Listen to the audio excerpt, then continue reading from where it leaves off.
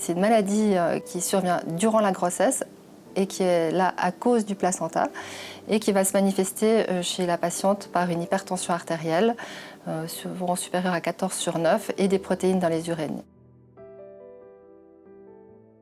Le risque d'avoir une prééclampsie pour la patiente, c'est qu'elle fasse, si on ne la détecte pas, une éclampsie, donc des convulsions, et puis ça peut être dangereux pour elle, pour sa santé. Et surtout, c'est un risque pour le bébé, parce que si la patiente a une prééclampsie et qu'on estime qu'il faut donc faire naître le bébé va être prématuré. Le traitement de la prééclampsie, c'est l'accouchement. Donc si on a une prééclampsie à terme, on accouchera la patiente et voilà, tout ira bien. Mais par contre, si une patiente présente une prééclampsie à 28 semaines, on devra l'accoucher pour la traiter.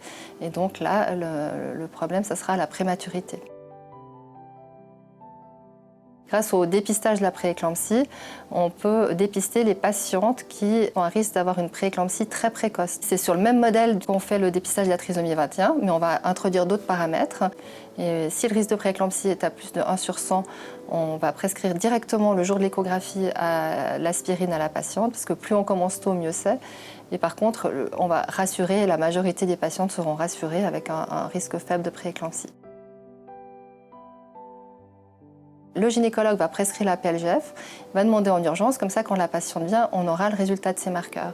Et le gynécologue va demander à la patiente aussi, va lui poser des questions, à savoir si la maman de la patiente a eu une prééclampsie, ça compte comme facteur de risque, si elle a un diabète, si elle a un lupus, si elle a une maladie rénale ou si elle a des antécédents de prééclampsie. Donc le gynécologue va nous informer de tout ça. Et ensuite, quand la patiente vient chez nous, on va lui prendre sa tension artérielle, on va faire l'échographie.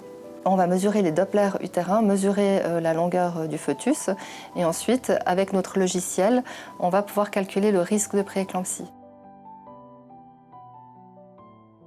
Ce qui est important pour tous ces dépistages, c'est d'être validé. On ne peut pas faire des dépistages n'importe comment.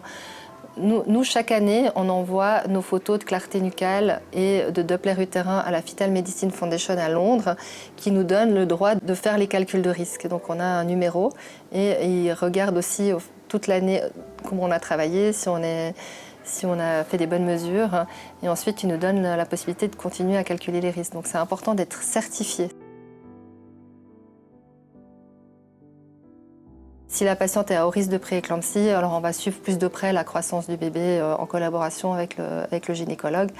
Et ce qui est important, c'est que si tout à coup une patiente fait une prééclampsie pendant la grossesse, donc le traitement, c'est l'accouchement. On travaille en collaboration avec la doctoresse Dittisheim, qui est spécialiste en médecine maternelle, qui peut, elle, suivre les patientes après la grossesse, parce que c'est des patientes qui sont à haut risque après d'avoir aussi une hypertension dans leur vie future. Donc ça, c'est aussi important d'informer les patientes à ce sujet.